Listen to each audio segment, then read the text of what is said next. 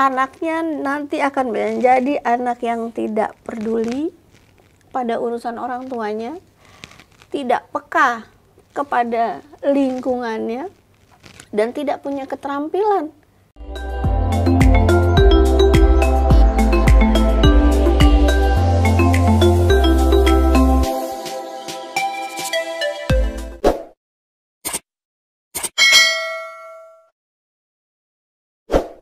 Assalamualaikum warahmatullahi wabarakatuh. Selamat datang, selamat berjumpa kembali dalam acara Jabat Tangan Podcast. Ini adalah sebuah program yang digagas oleh Insan Mandiri Cibubur dan juga SD Silaturahim Islamic School. Alhamdulillah hari ini kita kehadiran tamu yang keren. Siapakah dia? Kita sambut Bu Tias. Apa kabar? Waalaikumsalam. Bu Tias, gimana kabar Bu Tias? Alhamdulillah, saya baik, Mas. Alhamdulillah. Nggak apa-apa ini manggilnya Mas ya? Iya, saya memang Mas-Mas. Bukan Mbak-Mbak. Bu Tias. Ya. Sebagai KPK di Yayasan Pendidikan Silaturahim Jatikarya, atau Ya, tepatnya di betul. IMC. KPK itu apaan sih? Saya jadi KPK sudah 2 tahun ya. 2 Kurang tahun. lebih udah 2 tahun ya. Ini 2 tahun betul. KPK itu singkatannya adalah Kepala Pengasuhan dan Konseling, Mas. Kepala Pengasuhan dan Dan Konseling. Itu konseling. ngapain aja itu? Saya itu wilayah tugasnya itu SMP dan SMA. Peran saya tuh kalau secara gampangnya itu saya ibunya anak-anak. Bunyai ya? Ibunya anak-anak gitu. Jadi ya mengasuh, menemani, ngobrol, pokoknya bersama anak-anak.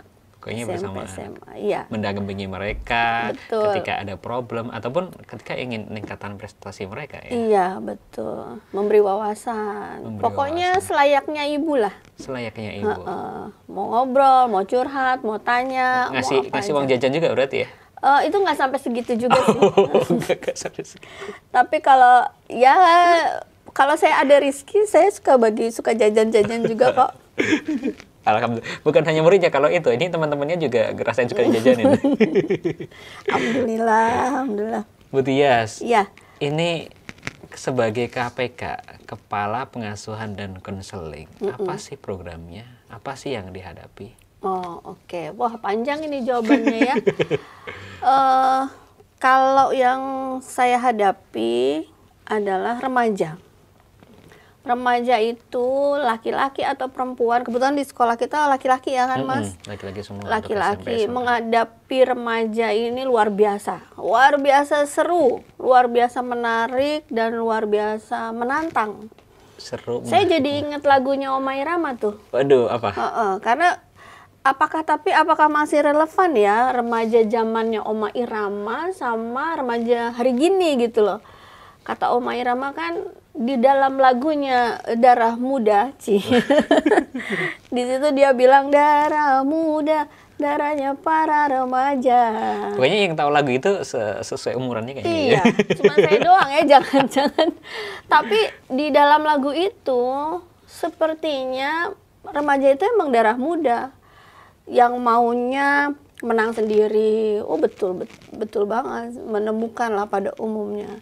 Tidak mau kalah, mau eksistensi, ingin mencoba hal-hal baru. Walaupun sudah tahu secara teori itu bahaya, itu tidak boleh, tapi karena ada gejolak dalam remaja, dalam darahnya, adrenalinnya, ada keinginan mencoba. Jadi sebenarnya masih relevan remaja zamannya Oma Irama tahun 70-an dengan remaja hari gini gitu loh. Cuma remaja hari gini itu, Mas, adalah remaja akhir zaman. Yang tantangan yang mereka hadapi sebagai remaja dan tantangan yang kita hadapi sebagai guru, sebagai orang tua, sebagai ibu, sebagai pendidik juga luar biasa. Zamannya Oma nggak ada gadget, nggak ada internet, nggak ada sosial media, nggak ada apa itu PUBG atau game online, nggak ada. Sementara mereka anak muda itu ujiannya luar biasa, ujian dari luarnya. Jadi bagaimana kita nih orang tua, guru, nggak musuhin mereka gitu loh, tapi apa sih sebenarnya kecenderungan mereka, ayo temenin, jangan dibenci, karena anak-anak ini semakin kita benci, mereka makin menjauh. gitu. Jadi memahami saja apa sih yang mereka minati dari internet, apa sih yang mereka sukai dari internet, karena memang hidupnya di internet mas anak-anak zaman sekarang itu. Jadi bagaimana menarik dia dari dunia maya ke dunia nyata itu luar biasa bagi kita orang tua dan guru. Ayo nak kembali ke hidup yang nyata gitu loh, itu luar biasa, itu tantangan kita. Mungkin adanya gap juga ya, ketika dulu kita sebagai remaja mungkin tidak ada hal seperti itu. Sedangkan kita sebagai guru sekarang menemukan hal yang seperti itu. Anak-anak kita kayak gitu. Tantangannya beda sekali, berbeda, dan itu luar biasa, luar biasa. Pusing kepala. Kalau kayak gitu tuh pusing kepala bener. Kita guru, orang tua, yuk sama-sama memahami dunia mereka nih. Sambil memberi rambu-rambu nih buat mereka, karena anak-anak saya, anak-anak kami itu di MC kan 2 tahun loh mas, lebih mereka itu hidup di online, belajar online, semuanya serba online kan, dan ternyata itu membuat hidup mereka berubah, cara pandang, cara berkomunikasi juga berbeda, dan habit-habit buruk lah, katakan ya buruk, seperti kecanduan gadget, sosial media. Kayaknya kalau nggak megang HP itu dia rasa kayak nggak ada, kayak ada yang kurang gitu. Kalau nggak megang laptop itu kayak ada yang kurang gitu dalam hidupnya gitu. Jadi ya kecanduan terhadap gadget, internet, sosial media, game segala macam, pornografi, bahkan anak-anak zaman sekarang kan udah aksesnya hampir mudah semua gitu ya. Lalu luar biasa. Itu kan juga rata-rata mungkin yang dihadapi oleh orang tua zaman sekarang. Betul, ya. Apa betul. sih program, apa sih solusinya sih agar hal-hal itu bisa kita minimalisir atau hindari kayak gitu? Iya. Yang pertama, insya Allah IMC itu selalu bergandengan tangan dengan orang tua.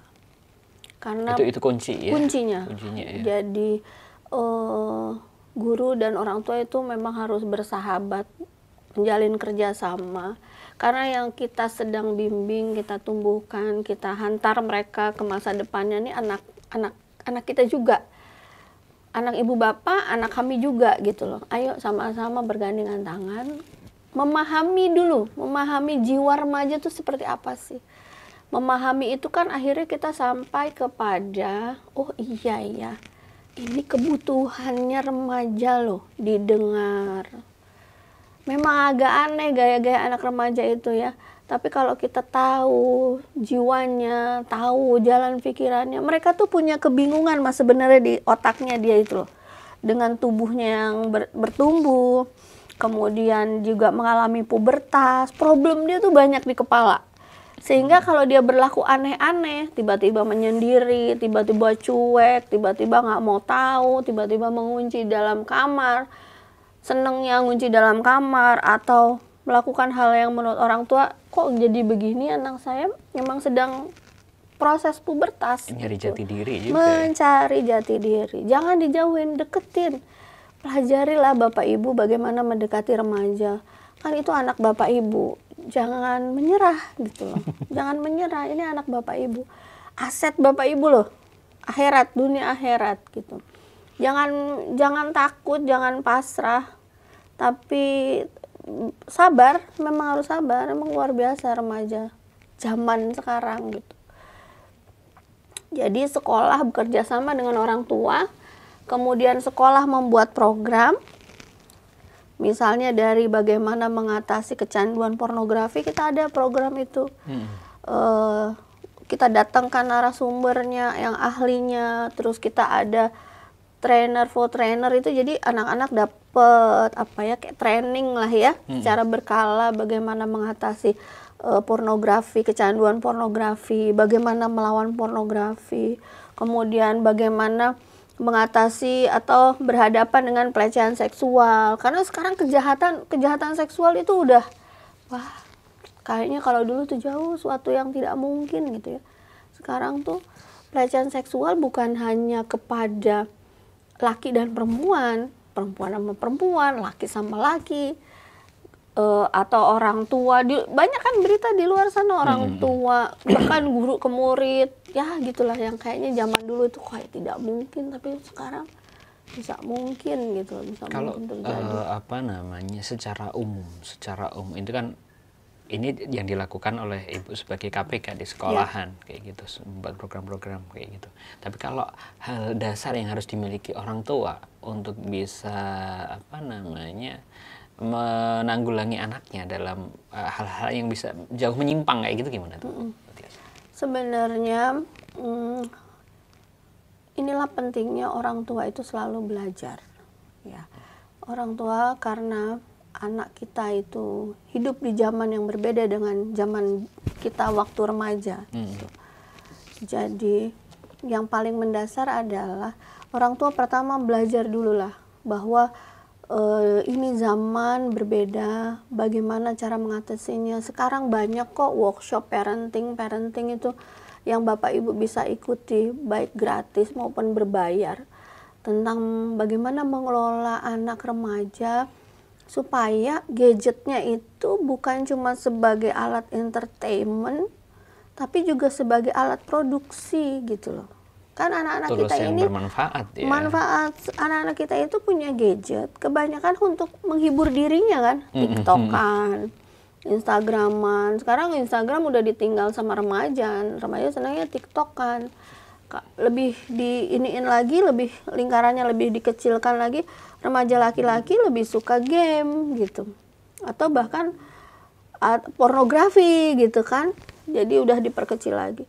Jadi orang tua tuh harus lihat dulu itu jebakan-jebakan di luar sana itu. Jadi untuk penguasaan teknologi, penguasaan gadget, orang tua juga harus tahu ya. Jangan sampai kalah ya. Harus tahu, harus. Saya sebenarnya juga nggak pinter-pinter amat, Mas. Cuman saya suka gini sama anak-anak saya yang di rumah. Kan remaja-remaja juga. Ini apaan sih? Ibu ajarin dong. Aku suka gitu. Jadi nggak musuhin. Misalnya mereka asik ngapain sih? Aku nimbrung. Biar kita tahu. Iya, gitu. Itu apa sih? Ini apa sih? Kadang saya perlu bantuan mereka. Tolong dong Kak, ini apa sih, bantuin ibu dong, ibu nggak paham. Oh, itu seneng banget anak-anak kalau diberi kepercayaan seperti itu. Nanti dia pasti ngajarin. Kita itu kadang males, yang kayak gitu orang tua tuh males. Bisa cuma ngomel. Kamu ini ngapain sih? Udah dong, tapi HP-nya nggak diambil-ambil. Udah cukup HP-nya. Main game terus, tapi HP-nya nggak jadwalnya nggak dibuat. Kadang-kadang ini juga, kadang-kadang orang tua pengen simpel, pas ngasuh anaknya, ya biar diem aja deh, tontonin. Biar anteng tontonin YouTube, kasih handphone. Itu nanti akan, ini kejadiannya gini, teman saya teman saya ketika punya anak pertama, waktu itu belum ada internetan lah, TV, tapi kita waktu itu musuh kita tuh TV dulu ya. Karena dia ibu dengan anak banyak, maka ketika anaknya kecil-kecil itu, dia kepengen supaya dia cepat ngerjain pekerjaan rumah, nyapu, ngepel, cuci piring, masak, maka dia suruh anaknya nonton, duduk sini nonton gitu. Padahal anaknya itu sering, mama lagi apa, ke dapur, ngebantuin. Mama lagi apa, menurut ibunya itu mengganggu. Padahal dia pengen tahu. Kalau kita bisa mengarahkan, dia sebenarnya bisa membantu gitu kan. Cuma orang tua menganggapnya itu mengganggu, maka digiringlah anaknya, udah sini nonton TV, anteng, diam. Karena sering diperlakukan begitu, maka tanpa disuruh pun anak akhirnya nonton TV. Akhirnya semakin lama orang tua kan semakin tua ya Mas, mengerjakan sendiri, lama-lama kelelahan dong, capek Dianya juga dong. semakin dewasa. Lalu ibunya mikir gini, ini mana sih kok nggak ada yang bantuin ibu, nggak ada yang bantuin mama, nonton TV terus. Padahal dulu yang suruh nonton TV siapa? Emaknya. Nah, analoginya gitu. Jadi kalau sekarang dikasih gadget, ibunya mau ngaji nih, anaknya rewel, kasih HP. Ibunya mau apa? Mau cepet-cepet selesai, anaknya kasih HP. Anaknya nanti akan menjadi anak yang tidak peduli pada urusan orang tuanya, tidak peka kepada lingkungannya, dan tidak punya keterampilan di sekitar keterampilan mengelola keterampilan skill, malah menurut saya ini skill ya. soft skill, misalnya seperti nyapu, nggak punya keterampilan seperti itu, atau ngepel, atau mencuci piring, atau apa yang kira-kira sebenarnya itu bisa dia lakukan gitu loh. Akhirnya dia jadi anak yang cacat pakai tanda kutip. Kaki dan tangannya tidak digunakan untuk keterampilan hidup gitu. Pak, saya ini maaf bukan membandingkan, tapi saya pernah sister sekolah saya yang lama itu sister school sama sekolah Jepang. Anak-anak Jepang itu kelas 1 sampai kelas 3 SD, SD waktu itu SD. Itu diajarin, Mas. Mereka punya jam pelajaran memasak. Kemudian jam pelajaran menjahit. Jam pelajaran bersih-bersih. Kenapa sekolahnya memasukkan mata pelajaran itu dalam kurikulumnya? Karena mereka sedang mempersiapkan anak yang mandiri. Ini udah ada gadget, tapi sekolah itu tetap. Kenapa bisa masak? Karena di Jepang kalau makan beli mahal. Jadi itu maka dia harus bisa masak. Anak kelas 3 SD sama baskomnya aja, gedean baskomnya. Pinternya masak, saya sampai malu, saya sampai pinter banget. Rapi, pakai apron, pakai ini, bisa keterampilannya mengatur kompor, segala merajang. Pokoknya membaca resep. Kenapa menjahit? Supaya kalau kancing bajunya lepas atau ada robek sedikit di baju, dia bisa perbaiki, nggak usah minta tolong siapapun minta gitu ya? Tolong, karena orang Jepang kan napsi-napsi. Kalau cuma nisik ada lubang sedikit tuh bisa mereka diajarin, Mas, nisik baju, jadi nggak rusak buang, tapi kancing baju lepas dia bisa pasang sendiri. Diajarin bersih-bersih karena Mas Jo tahu orang Jepang senangnya bersih-bersih. Karena menurut orang Jepang bersih-bersih itu, bersih-bersih rumah, bersih-bersih kamar, itu adalah membersihkan diri. Pemahamannya itu adalah mereka sedang membersihkan diri. Itu ininya mendasar banget filosofinya gitu loh. Terus Bu Tias nih, selama jadi KPK. Maaf ya mau lebar. Selama di KPK, apa sih yang kebahagiaan atau mungkin yang jadi tantangan tersendiri kayak gitu buat Bu Tias? Iya. Kalau tantangan mereka itu tadi 2 tahun di rumah dengan kebiasaan game, kebiasaan online, sosial media, sudah kedekatan intensnya sama gadget itu udah sedemikian rupa. Sementara sekolah kita kan melarang ya, Mas, bawa gadget. Bukan nggak boleh anak-anak berinteraksi, berkomunikasi secara internet atau apa, bukan, tapi kita di sekolah ini kan ingin anak-anak juga berkembang jiwa raganya. Dia punya keterampilan, dia punya kebiasaan-kebiasaan, menemukan minat dan bakatnya gitu kan ya. Jadi ini menarik mereka dari dunia maya yang udah kelamaan, ditarik ke dunia real itu luar biasa. Orang tuanya juga pasti di rumah merasakan begitu. Lagi gini, lagi asik gini dipanggil suruh bantuin ibu, itu susah banget kan. Lagi asik gini dimarah-marahin nggak akan denger, Mas, nggak akan denger. Jadi narik karena mereka ada di dunia lain. Maka kalau ngomong sama anak laki, mau minta tolong sama anak laki, jangan diteriakin. Gimana dong? Samperin, pegang, sentuh tangannya, tarik tangannya. Jangan teriakin percuma, nggak akan denger. Datengin, tepuk, pegang gini, tolongin ibu dong. HP-nya itu dulu, ditaruh dulu, ibu perlu bantuan. Jadi narik mereka yang udah sekian lama dari dunia maya ke dunia nyata itu loh, luar biasa. Tapi ini kan kita sudah masuk ya, udah ini semester kedua ya masuk ya. Semester ya. Kita kemarin semester 1 bulan Agustus ya masuk ya. Agustus, September, Oktober, November. Untuk masuk. Tapi sebelum itu kan sebelum itu kan udah masuk sempat masuk juga kayak gitu. Jadi artinya udah hampir 2 semester. Ya, 2 Lalu semester. Progresnya gimana? Sebenarnya tidak semudah itu. Tidak semudah itu karena kebiasaan itu udah sangat melekat.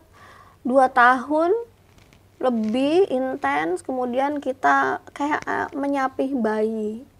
itu mengalami masa sakau karena nggak megang HP gitu, karena nggak lihat misalnya channel-channel kesukaannya, karena banyaklah anak-anak remaja kan, maka sekolah itu bikin program macam-macam. Ya namanya ekskul aja, kita ada berapa jenis ekskul, karena kepengen, yuk nak pilih nak, ayo jangan-jangan kamu punya minat di sini, punya bakat di sini, ayo cobain gitu. Kita juga kan mendatangkan narasumber keren supaya anak-anak kita terbuka wawasannya, ketemu kakak-kakak yang dapat universitas negeri, ketemu kakak-kakak yang masuk akademi, yang berprestasi, supaya termotivasi juga anak-anak kita gitu.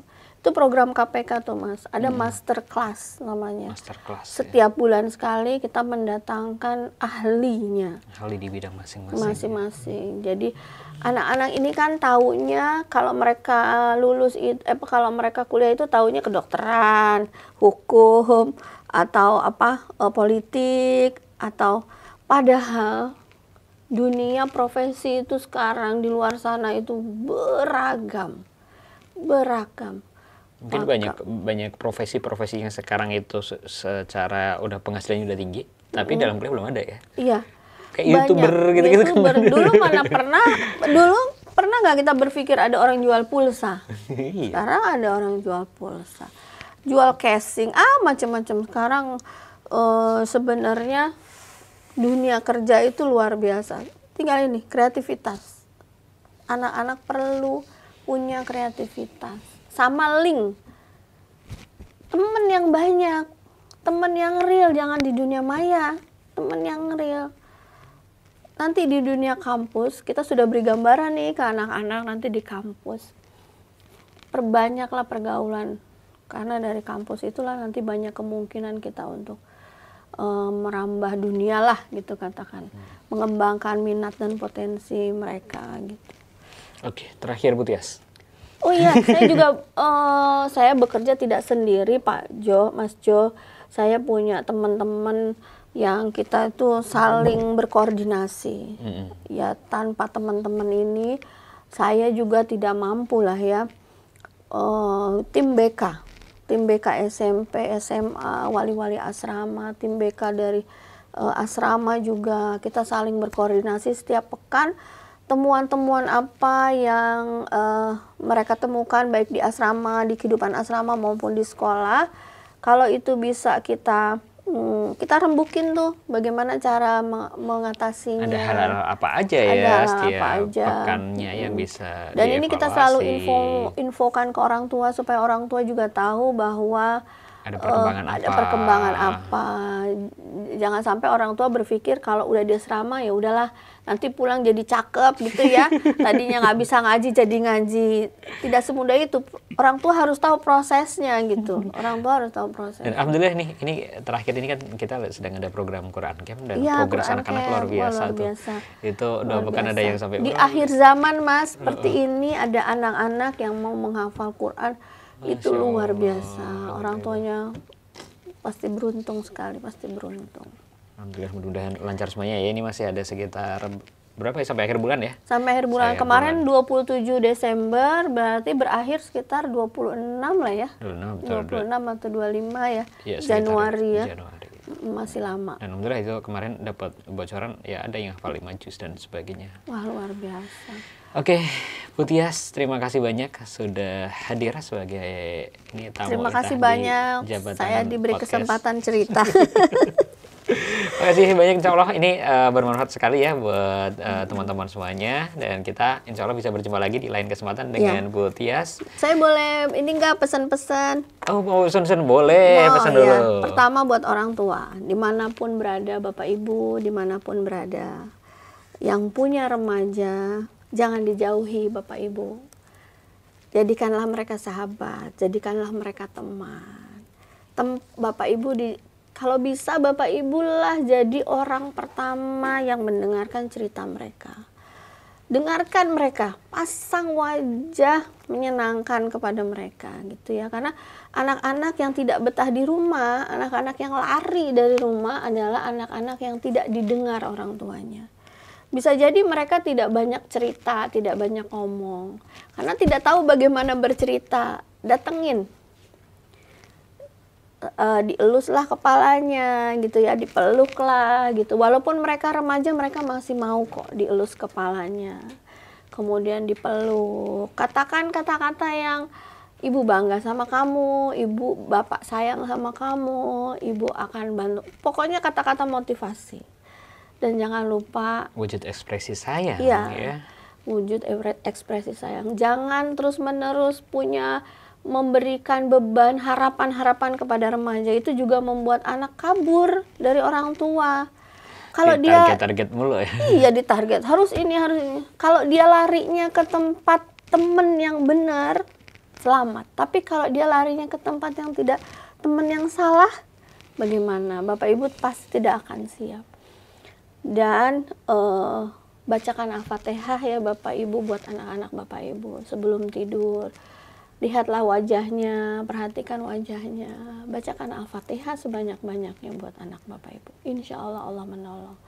Dan mendidik anak memang susah Mas Jo, luar biasa, luar biasa. Kalau kita nggak minta tolong sama Allah, kalau kita nggak deket sama Allah, wah ngeri. Ngeri, di akhir zaman ini ngeri, karena lawan kita, katakanlah ya, musuh kita di luar sana itu lebih menarik daripada bapak ibunya yang ngomel melulu, yang punya ngasih beban harapan melulu. Nggak asik berarti. Nggak asik bapak ibu tuh zaman sekarang itu nggak asik. Jadi orang tua juga harus dekat sama Allah supaya kita tuh bisa lihat anak tuh, bisa ngawasin anak tuh sampai jarak berapa sih. Kalau udah di luar sana dia udah entah sama siapa, ngapain, kita nggak tahu. Kelihatannya di rumah oke, anteng-anteng, tapi kita nggak tahu. Iya, makanya harus dekat sama Allah. Kita harus dekat sama Allah. Iya. Dan juga kita titipkan sama Allah ya. Iya betul banget. Bismillah, insya Allah Bapak Ibu bisa. Oke, Bu Dias, terima kasih banyak ya. Ini pesan buat kita semuanya, insya Allah bermanfaat sekali. Mudah-mudahan kita nanti bisa ngobrol Amin, amin. lain Amin. kesempatan. Iya. Bapak Ibu semuanya, terima kasih. Assalamualaikum warahmatullahi wabarakatuh. Waalaikumsalam warahmatullahi wabarakatuh.